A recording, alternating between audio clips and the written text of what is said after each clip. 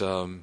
I want to welcome everybody to what we know is a pretty exciting event for us, and I'm sure for all of you here at CSIS. I'm Charles Freeman. I'm the chair in China Studies here at CSIS, and it gives me a great pleasure to welcome all of you here today. If I could ask you to turn your cell phones off, that would be helpful indeed. This event is not just happening here and being simulcast on our website, but is also going out to different offices with audiences at the Taiwan Economic and Cultural Office in Chicago, Atlanta, New York, Boston, and Miami. And so this is almost a true nationwide event. Our friends on the West Coast, we let them sleep in today. But they can catch it later. What we'll do with questions is we're going to pass cards up and ask them to be passed back. President Ma has graciously agreed to answer a few questions after his remarks. But with that said, let me introduce my boss, Dr. John Hamre, who really needs no introduction to start things off. Dr. Hamre. Well, thank you all for coming, and good morning, Mr. President. Welcome to Washington. We're delighted to have you here. This is the first time I've ever had the privilege of doing something like this, so if there are mistakes made, it's because I'm a novice. I don't know what I'm doing, but you'll be tolerant of me. This is a wonderful opportunity. We are delighted to welcome President Ma Ying-jeou to Washington virtually today. And I would just like to say a few words of introduction of President Ma. I have been around politicians my whole life, and so I'm used to the character and the intellect of politicians. But President Ma really, from my first meeting with him, and that was when he was the mayor of Taipei, really set himself apart in a remarkable way. And in preparing for this, I realized why. I think what I found is that so many of the really truly great leaders in Asia started off as English interpreters. Now, just think about that. The reason is, can any of you figure out how they do that? I can't. I mean, these are remarkable intellects that are able to simultaneously, I can't even talk, integrate in two different domains at the same time and then make it clear to me. That's remarkable. These are incredible skills, and it is the kind of skill that, frankly, propelled President Ma to the very top. And he has had such a remarkable career. This was a career that started off, he was one of the first, he was the vice chairman of the first Mainland Affairs Council. And it really led to a lot of his very formative thinking that now is showing up in such a profound way when he's president of Taiwan. He was instrumental in lifting the martial law when he was working for President Chiang. So this is a man who has experienced personally, been in the middle of so much of the dynamic character of modern Taiwan. And so now he's leading it, and he's have to lead it at a tremendously turbulent time. Coming into office and all of a sudden there's a global recession. This is what tests any leader. And he responded really superbly. I mean, Taiwan has done very, very well. So it's now at an interesting new pivot point. Asia and China, it's becoming a much more complex and dynamic place. And we're lucky to have a man of his character that's leading at a crucial time. So President Ma, I know it's in the evening there. We're delighted that you're willing to share your time with us, and let me turn to you for your presentation to this group. I must tell you, by the way, normally we can't get 150 people to show up for anything at 8 o'clock in the morning in Washington. So you have tremendous drawing power here in Washington. Thank you, President Ma. We'll turn to you. President Hamre, distinguished guests, ladies and gentlemen, good morning, although it's evening in Taipei. It gives me great pleasure to be addressing my friends at the Center for Strategic and International Studies once again. We last met 2 years ago on the occasion of the 30th anniversary of the Taiwan Relations Act a milestone in the history of the Republic of China on Taiwan. And this year, after a long journey of blood, toil, tears, and sweat, the Republic of China is achieving a greater milestone, its centennial anniversary. This year also marks the third year of my presidency.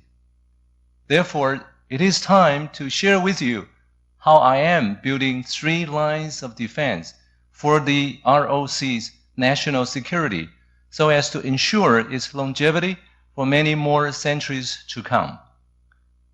These 3 lines of defense are institutionalizing the cross-strait rapprochement, enhancing Taiwan's contribution to international development, and aligning defense with diplomacy.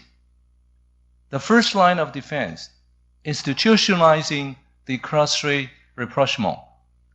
The cross-strait rapprochement that began 3 years ago continues to bear fruit and increase regional peace and stability. We witness this in so many aspects of our society.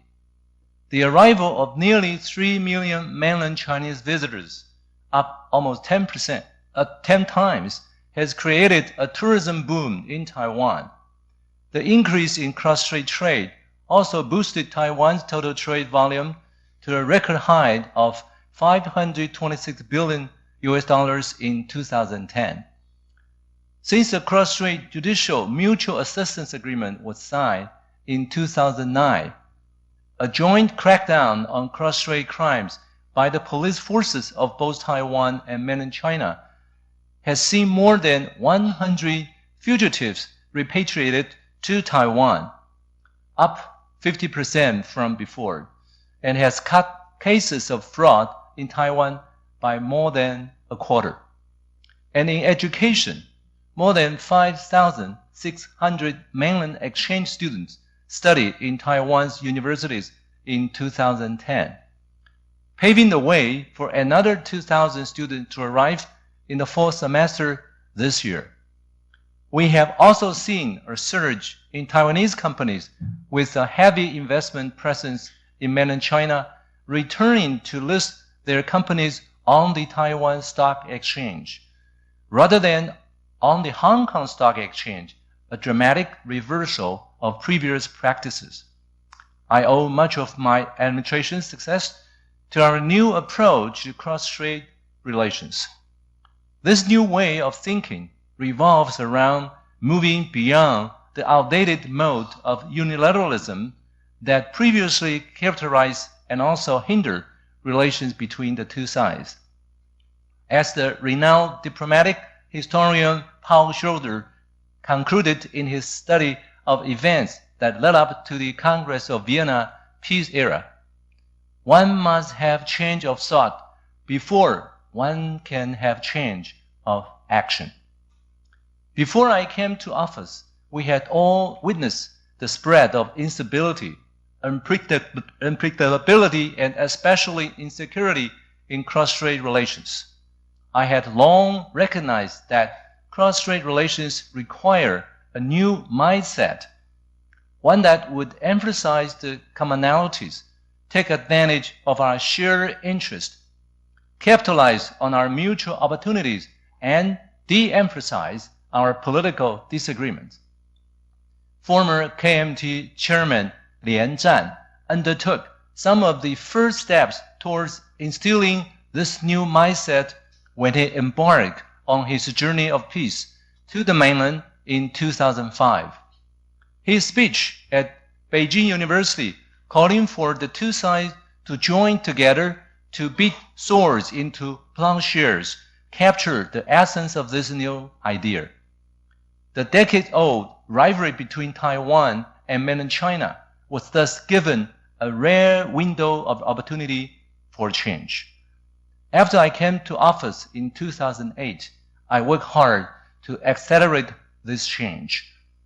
All around me, the world was changing at breakneck speed, while the ill-founded policies of the last decade were threatening to sideline Taiwan in the Asia-Pacific region.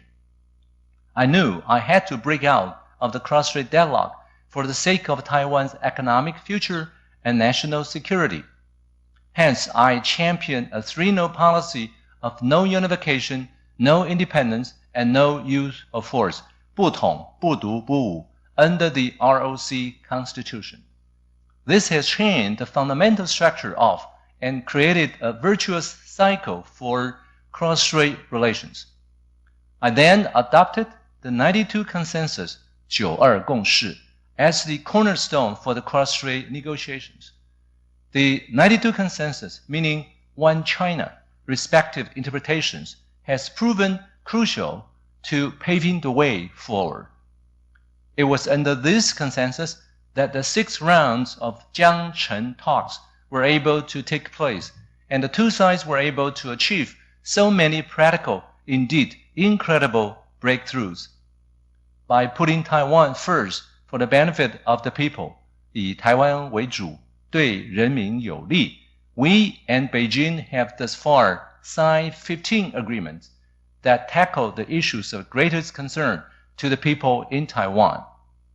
At the same time, my administration managed to institutionalize convenient, predictable, and stable channels for cross-strait communications. It was only through this groundwork that the next milestone of signing an Economic Cooperation Framework Agreement, ECFA, last year could be realized and its benefit fully exercised. One econometric study has even shown that the ECFA will eventually add 4.4% to our GDP once the dynamic gains of structural adjustment have time to be fully implemented. And that is not even including other potential spillover benefits as a result of an improved services, trade, and investment environment.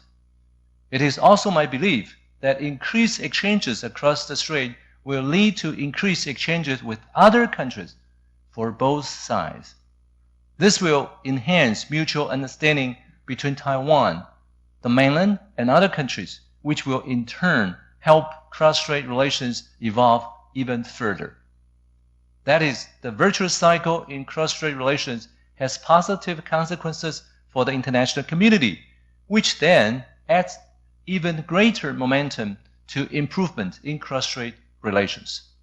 For example, due to the diplomatic truce between the two sides of the strait, the number of diplomatic allies that Taiwan has remained constant at 23, compared to a loss of 6 allies by the previous administration.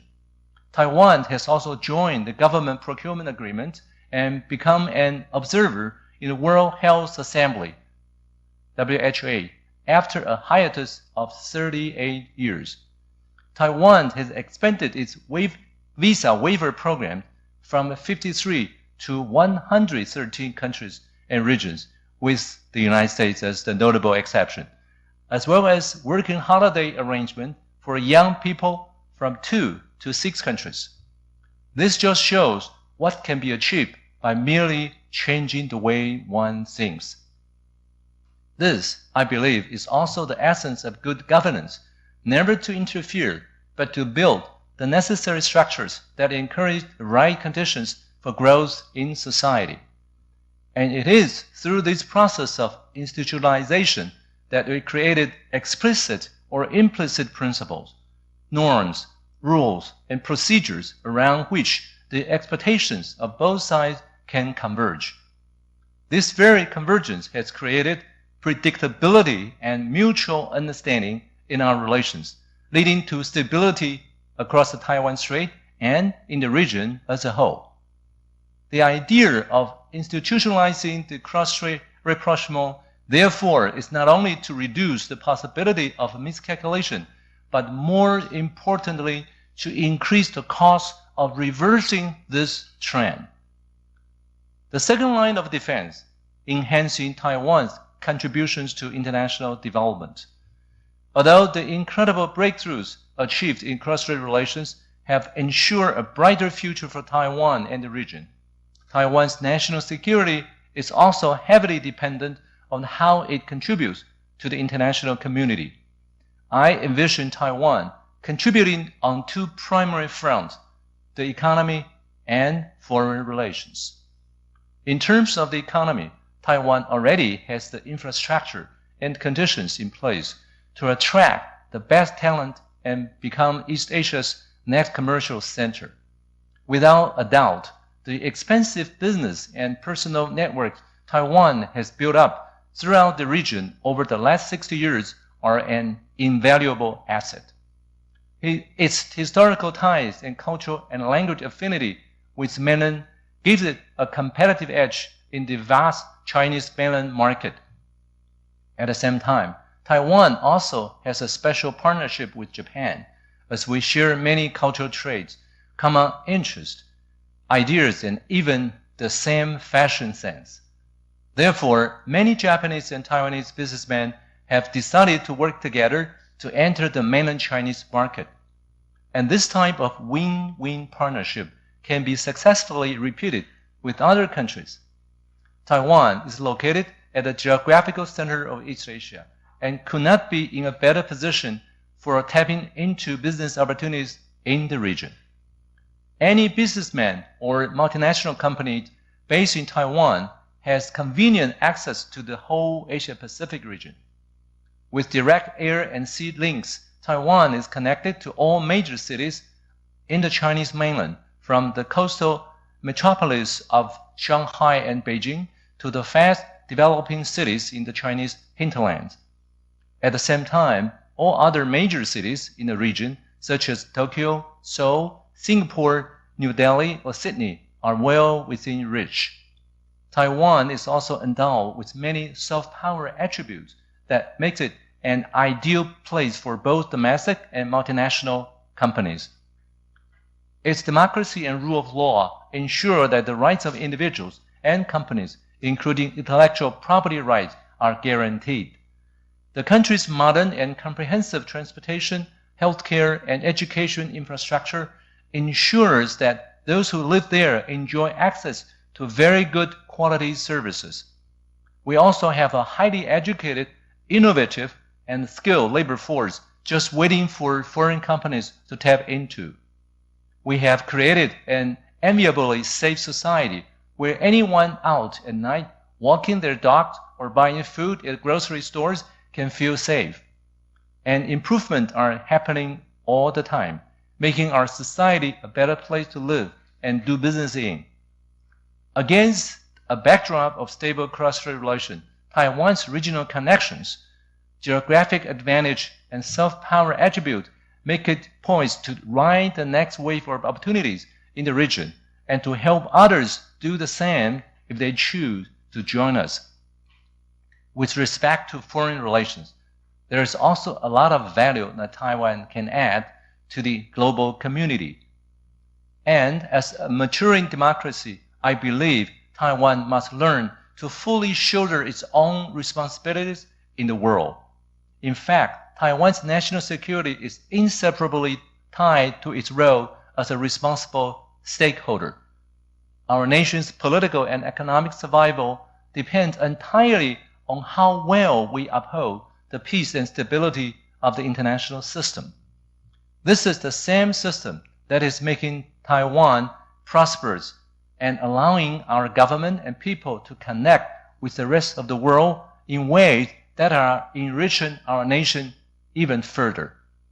So, Taiwan certainly has a vested interest in putting a stop to improper diplomatic practices and in adopting a foreign aid policy that is more in line with international standards and norms. This is exactly what we have been doing over the last 3 years. Humanitarian work has especially become an important platform for Taiwan's contributions to the international community. Taiwan's democracy and economic prosperity have combined to give rise to a vibrant society of numerous non-profit organizations. In almost every major disaster that has occurred in the world recently, Taiwan has been an important contributor, whether providing financial aid to help rebuild homes in Sichuan or giving life-sustaining medical aid to Haitian children. We were also one of the first to arrive with emergency relief supplies and rescue teams when Japan was struck by the triple disaster of an earthquake, tsunami, and nuclear incident. Deeply saddened by the devastation, my wife and I were personally on hand to answer calls from donors at a major fundraiser in Taiwan last March. An equivalent of $27 million was raised that night. My administration had also pledged another $3 million. In fact, Taiwan ended up donating more than $200 million in total, which is Japan's biggest donor so far. But as you may know, our humanitarian contributions in that crisis extended beyond Japan. Our China Airlines was chartered to help fly out scores of U.S. expatriates to Taipei before they headed back home to the United States. This second defensive line aims to give Taiwan a higher moral ground in international politics. The third line of defense, aligning Taiwan defense with diplomacy. From securing the cross-strait rapprochement to enhancing Taiwan's contributions in international development, finance, and military doctrines. However, we are confident that we will succeed in building a small but strong military force. Complementary to our defense capability is Taiwan's democratic values, rule of law, and advanced civil society, which could make Taiwan an indispensable reference for socio-economic development in the Chinese mainland. This is, it could be said, a soft power approach to national defense. Given the high stakes that America has invested in the region, I am sure the U.S. of all countries can appreciate my administration's commitment to being a responsible stakeholder. For example, President Barack Obama expressed earlier this year his support for the progress that has been made to reduce cross-strait tension, and in particular, how its continuation will be in the interest of the region and the United States. However, our cross-strait relations to continue advancing, the U.S. must help Taiwan level the playing field. Negotiating with a giant like the Chinese mainland is not without its risk. The right leverage must be in place. Otherwise, Taiwan cannot credibly maintain an equal footing at the negotiating table. This is why I continue to urge the U.S. to provide Taiwan with necessary defensive weaponry, such as the F-16CDs and diesel-powered submarines, to keep its aerial and naval integrity intact, which is key to maintaining a credible defense. As Secretary of Defense Robert Gates wrote in Foreign Affairs last year, the U.S. can best help itself by helping others defend themselves. At the same time, American presence in the very system it helped create decades ago is crucial to that system's survival. In the end, only a strong U.S. commitment, backed by its credibility in East Asia, can guarantee the peace and stability of this region. In conclusion, a country's overall strategy for security requires a sound political foundation in the domestic setting. My approach to Taiwan's national security is based on my administration's unwavering identification with the Republic of China and its constitution. This is common denominator for our vibrant democracy, which has a wide spectrum of political views ranging from those who prefer de jure Taiwan independence to those who enjoy the status quo and to those who favor reunification with mainland China. Any deviation from or equivocation on this common denominator will only cause unnecessary uncertainties and risk in Taiwan domestic politics, cross-strait relations, and international politics. Given that stakes for all the countries in East Asia and for Taiwan's future development are high, I am confident that my approach to the ROC's national security is already at an optimum. my friends in America, the future of the region holds enormous opportunities, but also many political pitfalls. My changes in both Taiwan and the mainland domestic politics could derail much of what has been achieved.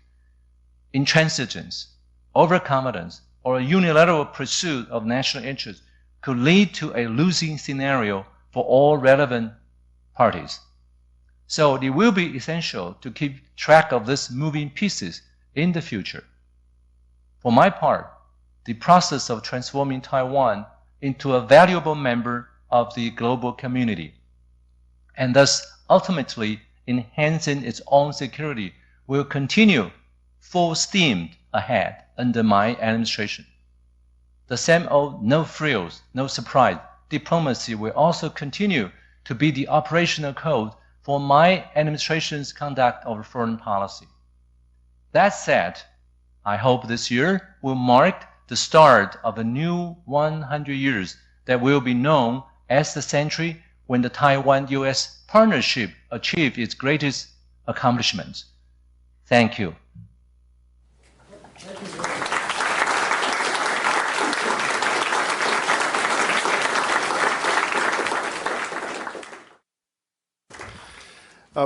Mr. President, you're in Washington, D.C. D.C. stands for developing country. Our communications are not as good as Taiwan's. And we had about a 40-second gap in your message. And I fortunately have a copy of his prepared remarks.